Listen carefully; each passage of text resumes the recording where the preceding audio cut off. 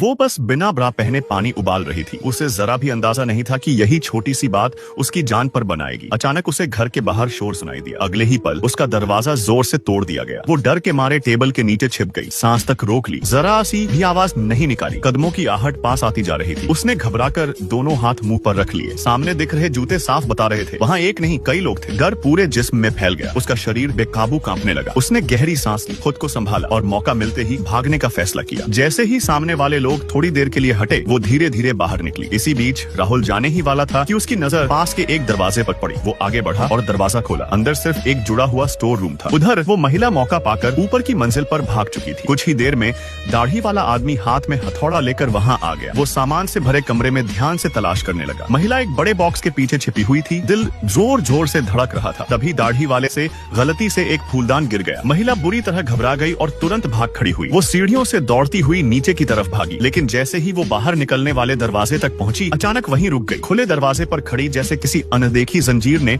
उसे जकड़ लिया हो। पूरा शरीर कांप रहा था। शोर सुनकर बाकी लुटेरे भी वहां आ गए। जो उन्होंने देखा उसे देखकर सब सन्न रह गए। राहुल ने धीरे से दरवाजा बंद कर दिया। उन्हें समझ नहीं आया कि वो भाग क्यों नहीं रही, लेकिन जब हालात शांत लगे, राहुल और लंबे बालों वाला आदमी कैश ढूंढने चले गए। दाढ़ी वाले को उसके पास छोड़ दिया गया। दाढ़ी वाला उसके अजीब व्यवहार को लेकर बेहद उत्सुक था। उसने जानबूझकर दरवाजा खोला और उसे बाहर जाने का इशारा किया, लेकिन वो वहीं बैठी रही, जरा भी नहीं हिली। ये देखकर उसकी जिज्ञासा और बढ़ गई। उसने जबरदस्ती उसे उठाया और बाहर की ओर घसीटने लगा, लेकिन उन्हें क्या पता था आगे जो होने वाला था वो उन्हें बिल्कुल चुप करा देगा। वो महिला पिछले 10 सालों से घर से बाहर नहीं निकली थी। यहाँ तक कि जब लुटेरे उसे जाने के लिए कह रहे थे, वो उल्टा घर के अंदर लौटने की कोशिश कर रही थी। बाहर की दुनिया उसे डरा रही थी। तभी राहुल वहाँ पहुंचा। उसने जैसे ही उसे सहारा दिया, महिला डर के मारे वहीं पेशाब कर बैठी, लेकिन राहुल का उसे वापस छोड़ने का कोई इरादा नहीं था। उसने मौका देखकर सेफ की जगह पूछी। जब पता चला कि सेफ बेसमेंट में है, तभी उसे वापस घर के अंदर घसीट लाया। राहुल और दाढ़ी वाला बेसमेंट में पहुंचे। अंदर सिर्फ 2 दरवाजे थे और दोनों ही खुल नहीं रहे थे। इधर लंबे बालों वाला आदमी उसे उठाकर बेडरूम में ले गया और सीधे बिस्तर पर पटक दिया। उसकी नीयत धीरे धीरे बिगड़ने लगी। तभी अचानक एक आदमी अंदर घुसा। जैसे ही वो महिला के कपड़े उतारने लगा, उसने लंबे बालों वाले को जोर से पीछे खींच लिया और उसे शांत करने लगा। ये वही डिलीवरी बॉय था जो अक्सर उसके घर खाना पहुंचाया करता था और वही लुटेरों को अंदर की जानकारी देने वाला था। उसे और लंबे बालों वाले को एक दूसरे से इतना घुला मिला देखकर महिला सब समझ गई। उनकी बहस के दौरान वो मौका पाकर कमरे से बाहर भागी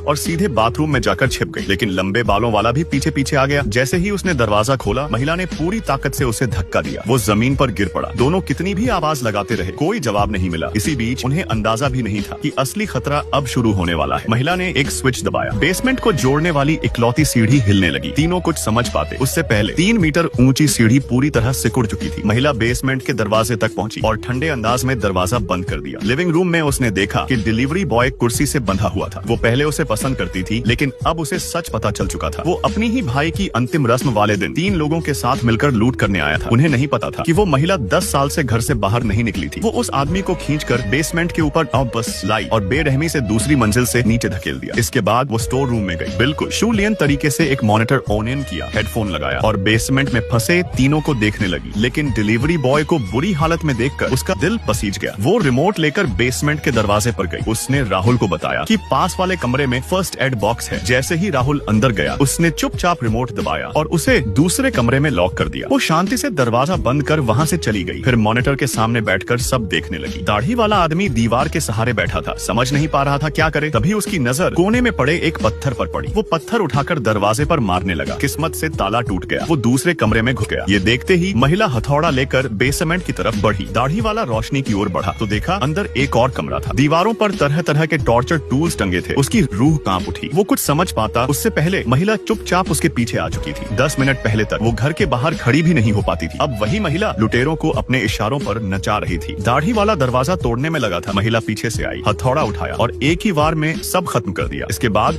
वो एक पेंटिंग के पास पहुंची जहाँ से पूरे घर की निगरानी होती थी। राहुल को अंदर कुछ समझ ही नहीं आया। उसने माइक उठाया और एक बटन दबाया। डिलीवरी बॉय खुलती अलमारी से लुढ़कता हुआ अंदर गिरा। राहुल अंदर बेहद बेचैन था। उसे एहसास हो गया कि वो पिंजरे में बंद जानवर की तरह हर पल देखा जा रहा है। वो शीशे पर चिल्लाया, जोर जोर से मारने लगा, लेकिन सब बेकार। तभी कमरे में महिला की आवाज गूंजी। उसने राहुल से चेक वाली शर्ट पहनने को कहा। वो पहले मना करता रहा, लेकिन सच्चाई जानने के लिए मान गया। इसके बाद महिला ने एक फाइल आगे बढ़ाई। उसमें दर्ज था कि उसने दर्जनों मर्दों को मार डाला था। सच ये था कि किशोरावस्था में उसका सौतेला पिता सालों तक उसका शोषण करता रहा और उस वक्त वो भी ऐसी ही शर्ट पहनता था। उस सदमे ने उसे गंभीर मानसिक मानसिक बीमारी दे दी। उसने अपने भाई के साथ मिलकर उस आदमी को मार दिया। इसके बाद उसने घर छोड़ना ही बंद कर दिया। दोनों ने मिलकर बेसमेंट को बदला और उसी तरह के दरिंदों को सजा देने लगे। यही वजह थी कि वो 10 साल से घर से बाहर नहीं निकली थी। राहुल का ध्यान हटते ही महिला ने डिलीवरी बॉय को बुलाया और उसके हाथ में पिस्तौल थमा दी। वो चाहती थी कि वो आखिरी इंसाफ पूरा करे, लेकिन वो हिचक गया। उसी पल राहुल ने पिस्तौल छीन ली और उसे धमकाने लगा। महिला बहुत सोचने के बाद नरम पड़ गई। उसने दरवाजा खोल दिया, लेकिन बाहर निकलते ही राहुल का गुस्सा फूट पड़ा। उसने पेट्रोल फैलाना शुरू कर दिया। महिला सामने आई, पैसों से भरा बॉक्स दिया और उसे जाने को कहा। राहुल नहीं माना। पैसे उसके ऊपर फेंके गए। दोनों में हाथापाई शुरू हो गई। वो शारीरिक तौर पर